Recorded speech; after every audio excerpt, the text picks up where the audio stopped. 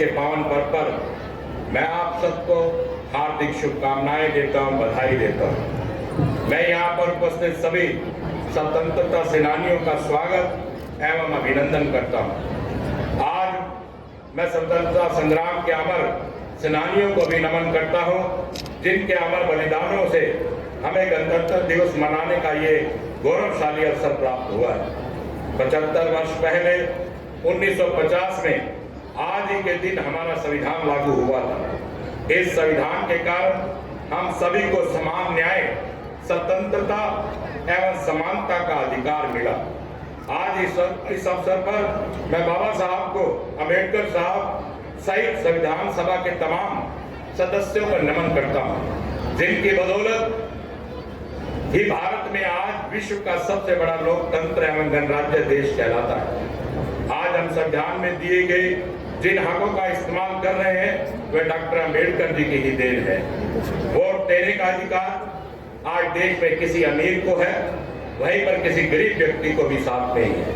हमारे संविधान में समाज के कमजोर वर्गों को, पिछड़े वर्गों को, अनुसूचित जाति के लोगों को उत्थान के लिए जो व्यवस्थाएं की गई हैं वो बाबा साहब की देन है। उन्होंने भारत के संविधान को मसौदा तैयार करते समय ऐसे भारत की कल्पना की थी कि यहाँ सभी लोग खुश हों, सभी को इंसाफ मिले और सभी को बराबर का हक मिले, ऐसी सोच रखने का काम किया। यह हमारे लिए सौभाग्य की बात है कि आज हम भारत के संविधान का 76वां गणतंत्र दिवस मनाने का काम कर रहे हैं। पूरे देश में हमारा संविधान, हमारा अभिमान का कार्यक्रम चलाया जा रहा है।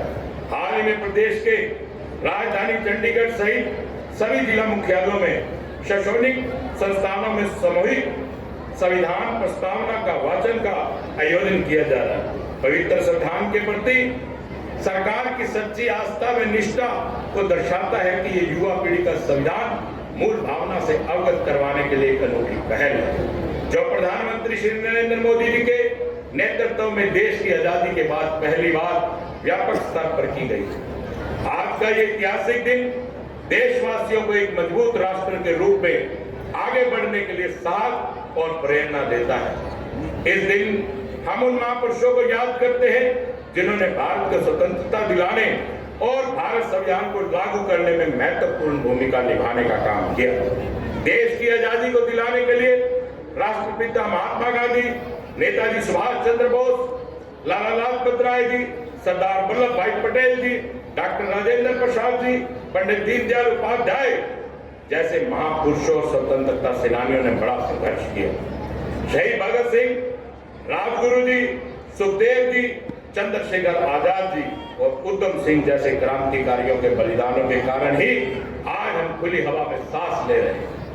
हमारे महान स्वतंत्रता सेनानियों ने भारत में पूर्ण स्वराज के लिए लंबे समय तक संघर्ष किया। उन्होंने ऐसा इसलिए किया ताकि उनकी आने वाली पीढ़ियां किसी का गुलाम बनकर ना रहे, स्वतंत्र रूप से अपने अधिकारों का निर्वहन कर सके। आजादी की लड़ाई में हरियाणा प्रदेश का भी अहम योगदान रहा। आज ही हरियाणा के नौजवान सेना में भर्ती होने के अपनी शान समझते हैं। वहीं पर यह कारण भी है देश के सशस्त्र सेनाओं में हमारा 10वां सिपाही हरियाणा से है। आपको बताना चाहूंगा कि हरियाणा की अग्निवीर नीति 2024 में क्रियान्वित कर अग्निवीरों को सुरक्षा कवच प्रदान कर दिया है।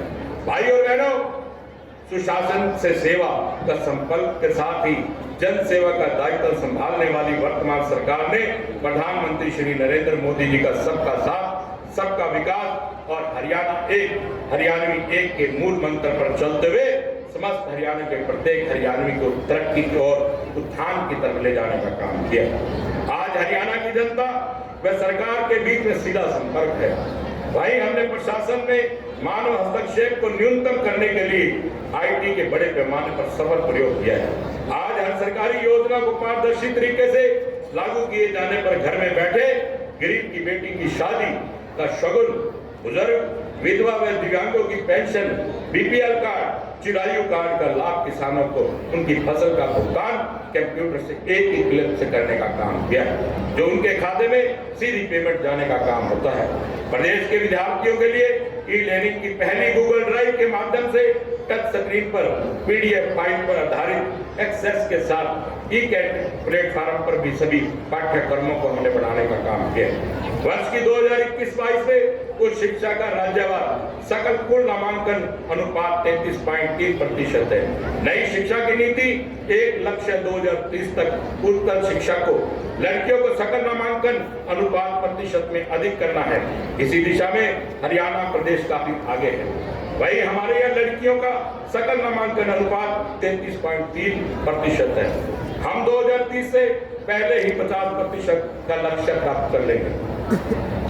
भाई और बहनों, सरकार ने कृषि, उद्योग, व्यापार, रोजगार, शिक्षा, स्वास्थ्य आदि हर क्षेत्र में ई गवर्नेंस के माध्यम से क्रांतिकारी बदलाव लाने का काम किया। जिस प्रकार से परिवार में पहचान पत्र के डेटा से विभिन्न योजनाओं का लाभ घर बैठे मिल रहा है, उसी प्रकार से कृषि क्षेत्र में भी मेरी फसल मेरा ब्यौरा पार्टनर बनाकर किसान कल्याण की अनेक योजनाओं से जोड़ा गया है। आज खेल जगत में हरियाणा का बड़ा नाम है। हमारे युवा पीढ़ी बड़ी उपलब्धियां प्राप्त कर देश प्रदेश के नाम को रोशन करने का काम कर रही है। हमारी सरकार द्वारा मेडल जीतने वाले खिलाड़ियों को नगद पुरस्कार दिया जा रहा है, वहीं पर नौकरियां दी जा रही हैं। अवार्ड पाने वाले खिलाड़ियों को मासिक मानदेय भी दिया जा रहा है।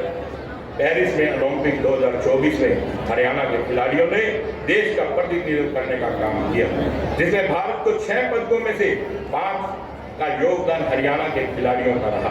इससे पहले टोक्यो ओलंपिक में 2020 में हरियाणा के 30 खिलाड़ियों ने भाग लिया, जिसे भारत द्वारा जीते गए 7 पदकों में से 4 पदक हरियाणा को मिलने का काम हुआ।